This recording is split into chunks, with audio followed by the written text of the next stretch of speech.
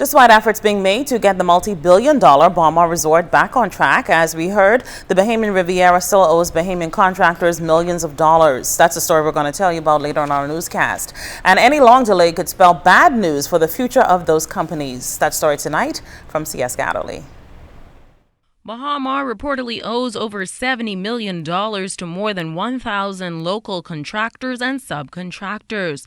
Outgoing president for the Bahamian Contractors Association, Godfrey Forbes, say these numbers continue to pose a major concern for them. Here's a breakdown of those numbers. There is some $74.8 million that is currently being owed to local contractors. And that basically have payments coming in from CCCA, or I should say sums for CCCA in the sum of some $58.2 million, and also direct contract with Baha or some $16.6 million. Forbes confirmed Thursday that 120 local companies are affected and fears those funds may never be recovered if they aren't paid soon. This, he says, could eventually lead to the closure of some local businesses, as this issue has far-reaching impact on all sectors of society and not just the construction industry. We have local investors who would have had desire to go ahead and invest into maybe leasing space and opening up shops inside the Baha development, or I should say resort.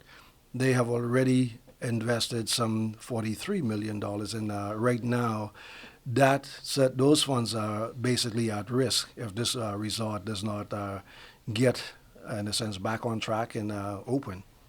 Moving forward, though, Forbes stressed the need for the industry to be regulated, as it would provide protection for contractors in the country, no matter the size or scope of the project. For many years, we have been focusing much more on just contractors and trying to regulate the contractors in the country.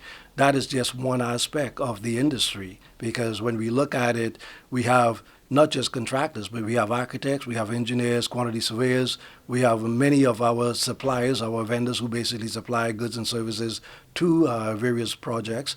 And when you find that there is no regulation in place, there always stands the opportunity for things to be taken advantage of, and at the end of the day, sometimes it could be chaotic. The outgoing president remains hopeful the headway being made this week, with China Construction America heading back to the Cable Beach site to conduct assessments, will not only lead to the payments of outstanding funds, but to the opening of the stalled $3.5 billion resort in the shortest time frame possible.